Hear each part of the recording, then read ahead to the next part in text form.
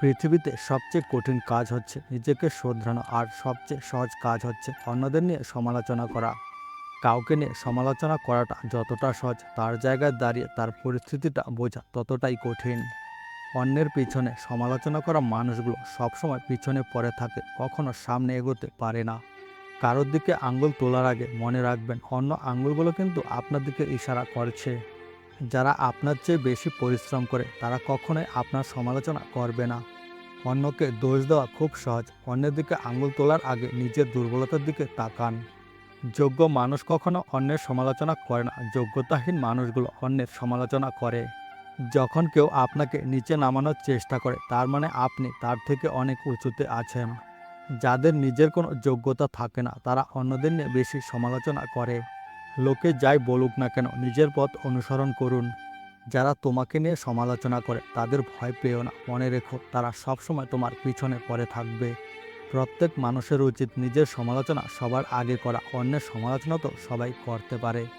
দুনিয়াতে সবচেয়ে কঠিন কাজ হচ্ছে নিজেকে সংশোধন করা, আর সবচেয়ে সহজ কাজ হচ্ছে অন্যের সমালোচনা করা। কিছু মানুষ আছে সামনে এলে ভীষণ আপন সাজে, কিন্তু চোখের আড়াল হলেই সমালোচনা শুরু করে।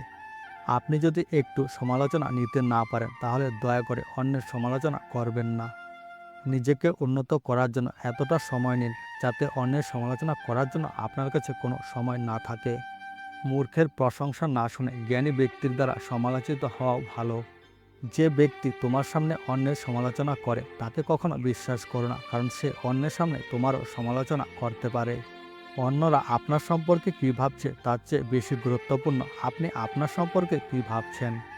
সমালোচনা করার জন্য যোগ্যতা লাগে না, তবে সমালোচিত হওয়ার জন্য যোগ্যতা লাগে।